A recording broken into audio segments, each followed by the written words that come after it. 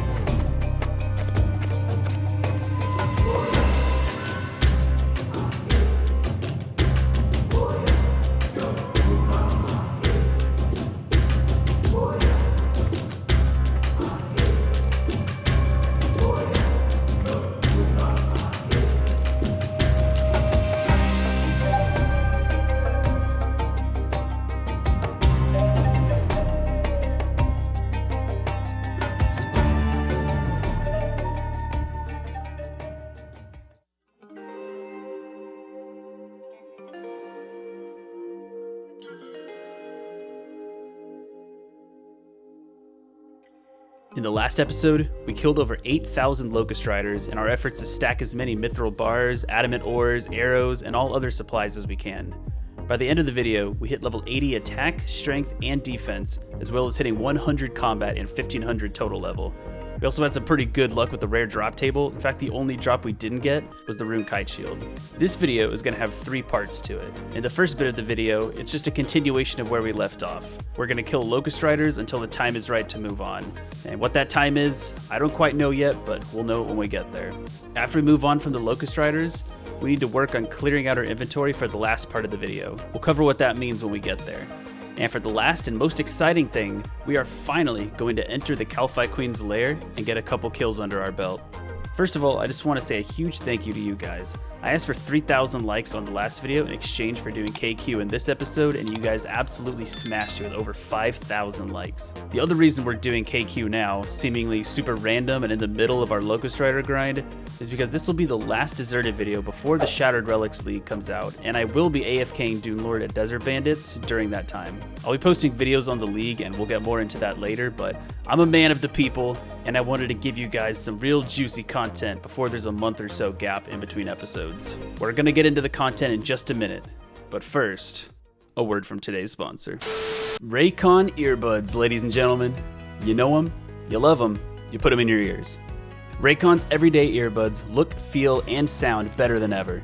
They come with gel tips in all different sizes, so you can make sure to find the size that fits you. And once you get the right fit, these things are super comfortable and will not fall out of your ears. You can wear them while you pretend you work out for an ad. You can wear them while you pretend you read books for an ad. You can wear them while you pretend you go to the grocery store instead of ordering takeout every night.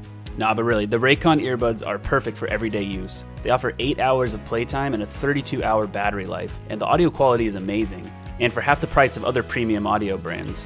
That must be why they have over 48,000 5-star reviews. If you guys want to support the channel and get a super high quality and affordable pair of earbuds, then definitely click the link in the description or go to buyraycon.com/xRakine to get 15% off your Raycon purchase. Thank you very much to Raycon for sponsoring this video.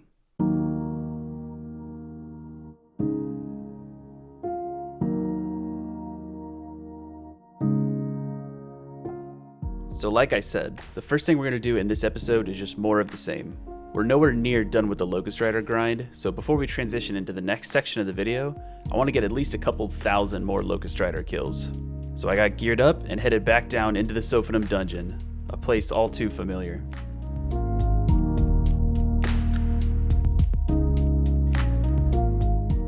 And this is just a bit of a side note, but I'm still always paying for lucky Implings. During the first bit of this grind, I got one off camera with 29 purple sweets, and then this one. Snare it, I'm not gonna let this one get away like the last one did. Oh, a Bando stole, oh my goodness. That is some fat prayer bonus right there. That might come in handy one day. I actually decided that it wasn't worth the inventory space, and I just stored it inside of my treasure chest.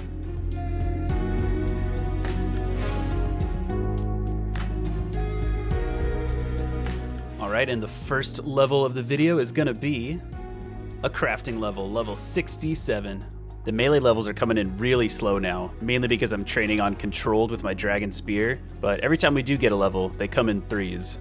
So here's level 81 strength, defense, and attack. Just missed it, but there's 83 hit points right there. That brought us up to 101 combat. What is that on the ground right there? Check the mithril bar stack. Look at it go, over 4,000. About a third of the way done, probably a little less than that. This may look like a normal, average mithril bar drop, but that's actually a back-to-back-to-back mithril bar drop, which is freaking insane. I'll put up a screenshot to show you.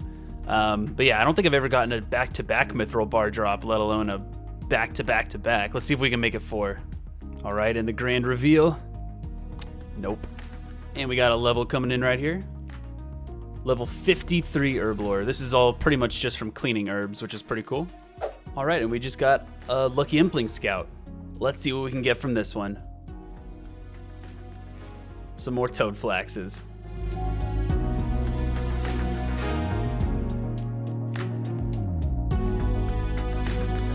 We got another batch of levels coming in. Here's level 82 strength, 82 defense, and 82 attack. And those 3 levels brought us up to 102 combat. Okay, so I'm gonna teleport to the duel arena because there should be a lucky Impling right here. Oh, the rune axe. Oh no. Our good friend the rune axe wanted to say hello once again. I guess this is the second episode in a row where we alch a rune axe. Goodbye once again.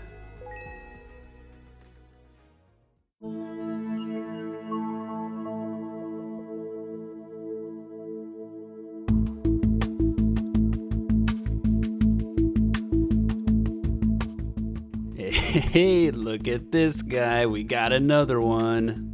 That's number 3 now. That's number 3. If you recall from earlier in the video, I said we would know when the time was right to move on from Locust Riders. And I didn't know it until now, but this unexpected blessing was just what I was waiting for. Before I get into why that is, I just want to give a quick summary of the Locust Rider progress in this video. We were here for about 2 weeks and killed close to 4,000 of them, making our total Locust Rider kill count somewhere around 12,000. We got plenty of rare drop table drops that I didn't show clips of, but we're still on the hunt for the rune kite shield to complete the rare drop table. Now back to the spear. You guys may have been wondering why I choose to keep my dragon spear unpoisoned when I can get a weapon poison from ninja implings. This is because the one from ninjas is only a poison plus, but you can get a weapon poison plus as a drop from the Kalphite Queen. And I didn't want to waste my dragon spear on a regular weapon poison when I can just wait until I get the good one from KQ, because even though you wouldn't guess it with my luck, the dragon spear is a very rare drop. But this second, or technically third, spear changes things. I can get the weapon poison from a ninja impling and use it on my other spear. Having a poison spear will help out a lot with fighting the Kalphite Queen, and it also means that I can keep my original one nice and clean, just waiting for that 1 in 25 drop. And since the extra spear is taking up another one of my very limited inventory spaces, this seemed like the perfect time to move on to phase 2, which is just clearing out as many inventory spaces as I can, and then getting it set up to fight the Kalphite Queen. I knew that the very first thing I wanted to do was to shoot through all of my adamant and rune arrows that we've been stacking. You may remember that we got a magic short bow from a lucky in the last video, and I'm super happy that we did because that means I can shoot through both stacks of arrows, then drop the bow, clearing out 3 inventory spaces. I replaced my stack of nature runes with law runes, teleported to my house to cook some sharks and say hello to our dear friend James, and then ran over to the bandit camp to start training ranged. Let's see if I still remember how to do this safe spot I had set up. There we go. I got the 2 guys tagged that spawn inside of the tent, and all the other ones are trapped on the outside of the tent so they can't touch me. So all we gotta do is recline a little bit and just start killing these guys.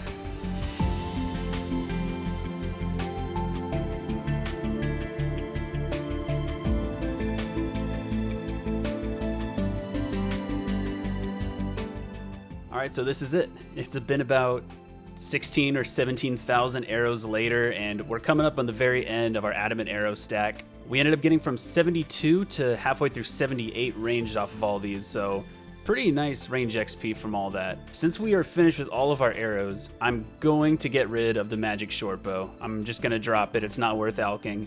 So I'm gonna continue training at the Desert Bandits, except the only difference is it's gonna be on controlled, and we're just gonna get our combats up, or our melees up, I should say. All right, we have another batch of levels coming in here. There's 83 strength, 83 defense.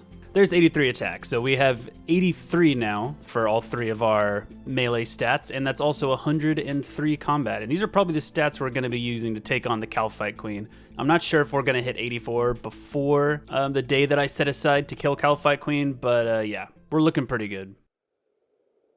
With the ranged and melee training at Bandits complete, we were 2 days away from our first attempts at killing the Kalphite Queen. The day started out pretty good. We gave Dr. Jekyll an Avanto, and in exchange he gave us a 4-dose super attack potion for our upcoming fight. The next thing on my list was to hunt down every ninja impling I could find, going for a 1 in 19 chance at a weapon poison drop.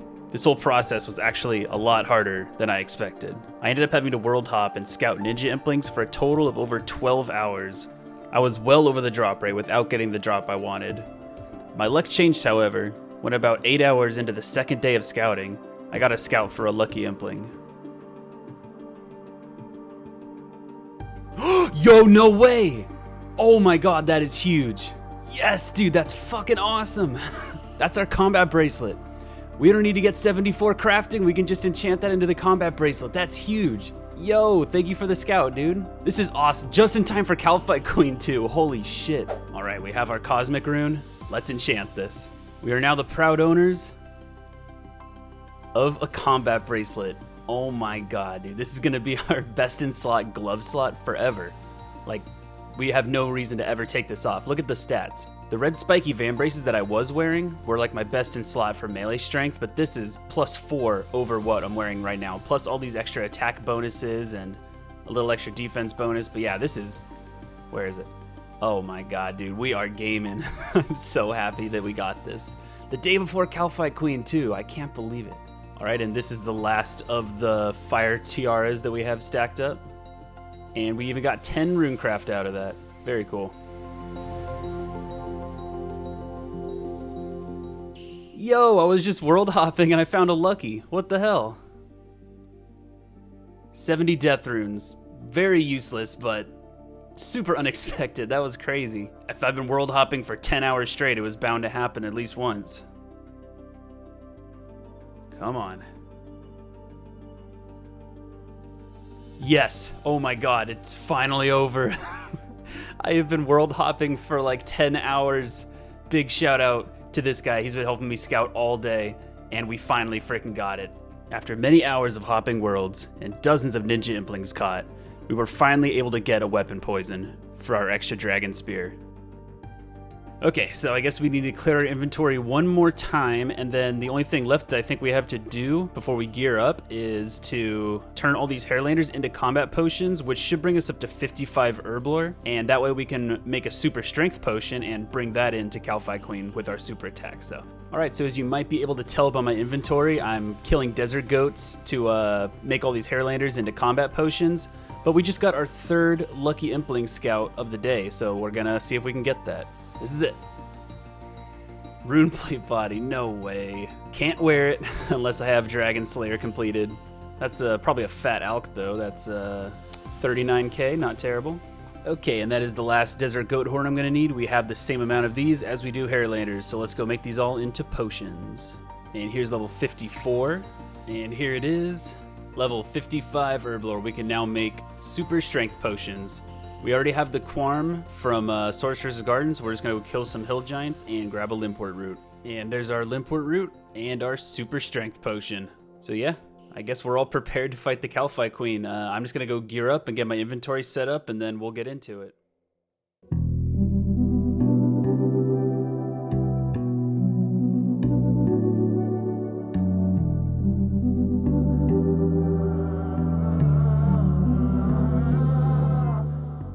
When I first started this series, the Tombs of Amasket had not been announced yet, and completing the full Kalphite Queen collection log was initially meant to be the final challenge on the account. When I was originally theory crafting how I would beat KQ, my gear setup looked something like this. I thought I could just run under her a bunch of times and tank her attacks with my rune armor, and then for phase 2 just switch to a magic shortbow and hope to have enough food for the kill.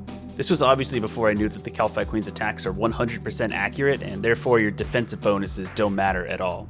After I started actually playing the account, I met a lot more desert locked accounts. Apparently there was a whole community there that I didn't even know of. One of the guys, Ali the Neat, aka Try Too Hard For You on Twitch, ended up showing me his way to lure KQ into an area in her room where you can flinch her and easily kill her on a desert locked account. If this method looks familiar to you, it's probably because it's the exact same lure that Limport uses on his Extreme 1 Chunk Iron Man, because Try Too Hard For You also showed him the same method. And here it is. The first thing you're going to want to do is peek and make sure there's nobody down there, because we don't like people who crash around here. You're going to want to run past the Kalphite Guardians while praying Protect from Melee, and then when you get inside of her lair, make sure you get both the Kalphite Guardians tagged, make sure your Auto Retaliate is off, and make sure that your always right-click NPC attack options is selected. The next thing you do is aggro both of the Kalphite Guardians and lure them back into where you started and get them stacked up behind each other just like this. Then you run out and aggro the Kalphite Queen, protect from range as soon as you see her, and then lure both of the Kalphite Guardians back here and get them stuck on that square, not this one. And now you should be free to move one tile over, and when you do that, you should be able to see the Kalphite Queen put perfectly in place. You're going to want to tag her, and then mark this tile right here, 2 tiles above her second rightmost. And now you should be free to pray range and then run to that tile you just tagged. You're going to take a bunch of hits here, but it's fine, you just eat some food if you get hit. Wait until this Kalphite Guardian attacks you, and then run underneath the Kalphite Queen. And then all you have to do is just click on her southwesternmost tile, and always be clicking on that tile, and eventually she'll lure herself into the safe spot.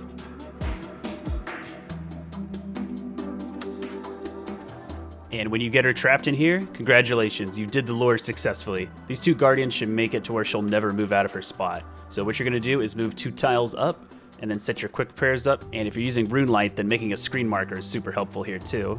Then you just right click her, make sure the attack is over your prayers, and then you can flick your prayers on and off while you're flinching her. And this is pretty much how you do it.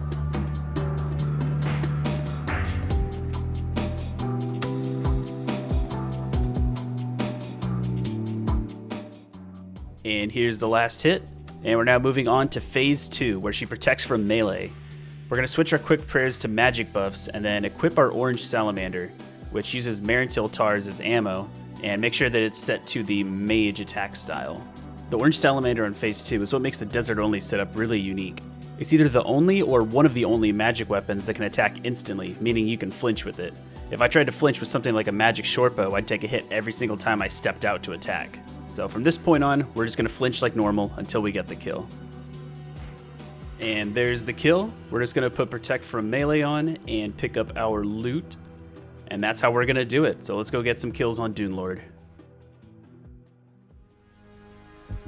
Alright, so as you just saw from that demo, we're going to need to use an orange Salamander on the magic attack style for phase 2. So we're going to bring our infinity robes in with us to get the best magic bonuses we can. Now we just need to catch an orange Salamander, out the rune chain body and plate legs, cook some food, and we're set to head down into the Kalphite lair.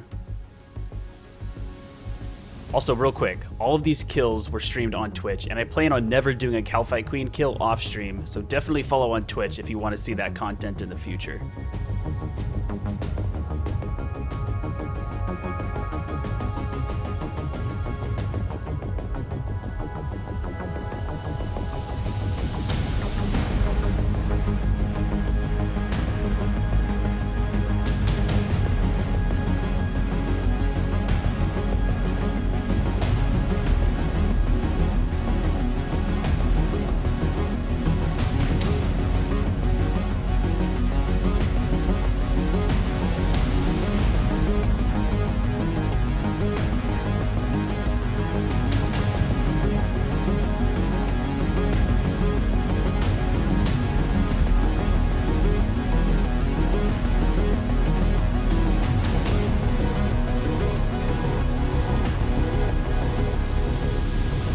There it is, guys. The very first Kalphite Queen kill. What do we get? Rune Knife's Ceridum Bruise. Get me out of here. Yeah, there we go, guys. You were all here for it. We have killed the Kalphite Queen without ever having left the desert, you guys. We're fucking champions. Oh my god. Now that we've killed the Kalphite Queen, what's next? I did what I said I would do in the last video. I got a Kalphite Queen kill. So technically I can move on to the next thing now. Well, lucky for you guys, I had a super fun time killing the boss. So I just kept on going.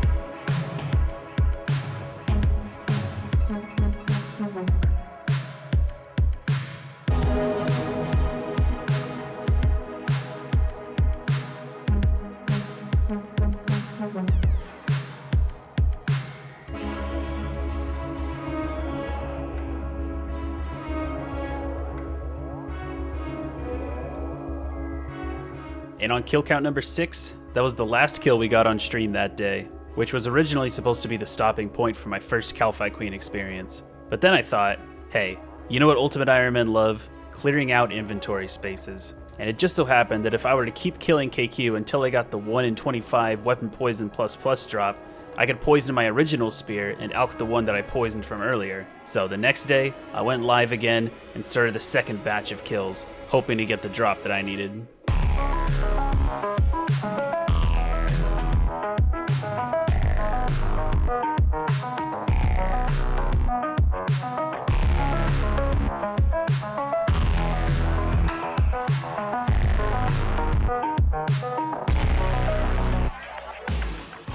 No way, dude.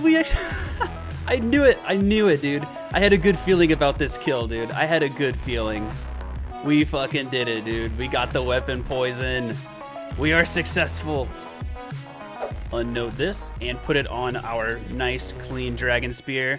And we now have the best one available. So we can get rid of this one without, we'll never have any regrets about that. See you later. After we got the weapon poison drop, I can officially say that it's time to move on. We did end up getting 3 more kills, just because I was still live and wanted to do a few more, but 12th kill count is where we're going to stay for quite a while. Now is where I can talk about what's next for the account. Like I said earlier in the video, the Shattered Relics League is coming out around the time this video gets released, and I will be playing it and making videos on it. I feel like it would be stupid not to take advantage of something like this where I can AFK Dune Lord at Desert Bandits and come back after the leagues is over with way higher melee stats, all while still being able to provide content for you guys. There will be a video talking about my plans for the leagues coming out the day after this video, so please stay tuned for that, as I'm doing something a bit different for leagues that you won't want to miss. After the leagues ends, I'm going to pick back up where we left off with the Locust Rider grind. Maybe doing a few Kalphite Queen kills here and there, depending on how I feel, but after we finish with Locust Riders and go through all the supplies we've been stacking, it'll be time for a proper KQ grind. And that's all I got for you guys today. If you made it to the end of the video, thank you very much, and I would appreciate a like, comment, sub, all that good stuff. I'm going to set myself up at Bandits, and I'll see you guys in the league.